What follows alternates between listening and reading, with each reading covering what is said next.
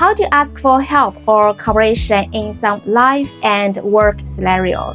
Then you must need to know this power word, xiar. Xiar indicates the action is usually very simple and short. So use the verb with xiar will make you sound more polite. For example, 介绍一下, have a brief introduction. 等一下, wait a moment, please. 试一下. This phrase will be used when you want to try some clothes on, so you can make a request in a more polite way. Got it?